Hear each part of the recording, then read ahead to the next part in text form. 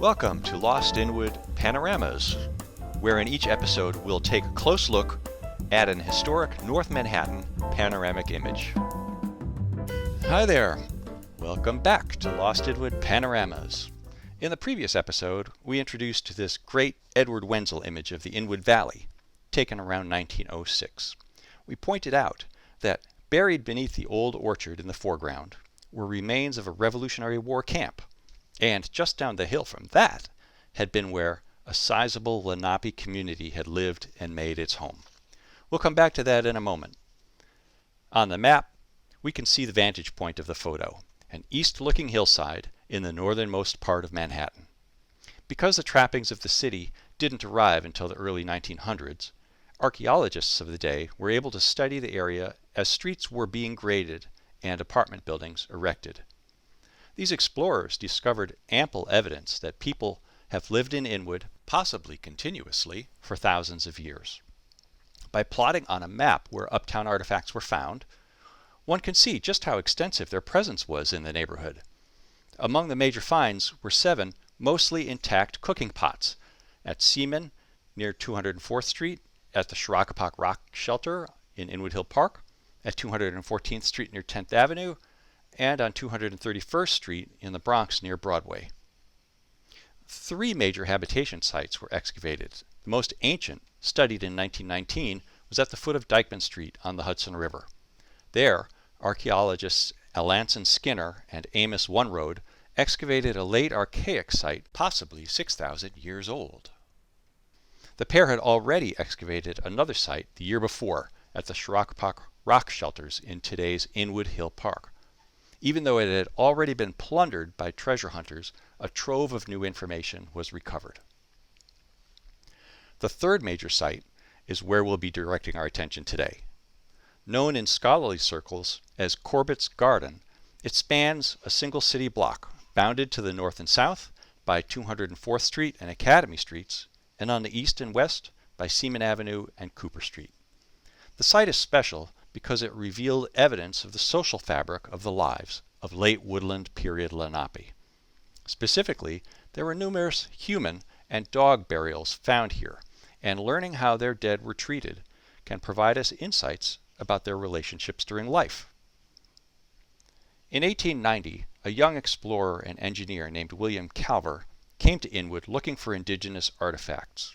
He enlisted someone local to assist him, and together they found arrowheads and pottery fragments near today's corner of Seaman Avenue and Academy Street.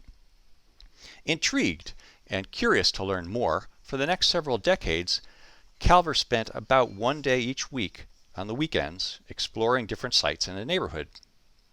In 1895, he found an ancient dog skeleton at 209th Street near the Harlem River. It would be the first of 11 Lenape-era dog burials he excavated in Inwood. Fast forward to 1907, where workers were grading Seaman Avenue. Calver returned to where he had begun his uptown adventures and was surprised to discover part of an ancient human skull mixed in with a heap of oyster shells at the side of the new road. The bones were the first human remains of the Lenape culture found here. Realizing the importance of this find, Calver enlisted his colleague, Reginald Pelham Bolton, and others, and in 1907 to 1908 they excavated this block in detail. In addition to 8 human and 4 canine burials, they also recovered numerous items of a more domestic nature: pestles and hammerstones for preparing food, axes, stone points, fishing net sinkers, awls and gouges, fire pits, pottery shards, and trash deposits containing bones from meals eaten millennia ago. All indications that a large group of people had lived on the site for many years, and possibly for centuries. The human burials at the site all reflected late woodland period Lenape practices. The deceased were buried close by their homes in life, and in a flexed or tucked position, with few or no accoutrements or ceremonial items. Out of respect for the dead, we won't be showing any skeletal remains here. The body was then covered in ashes, a protective layer of oyster shells, and earth.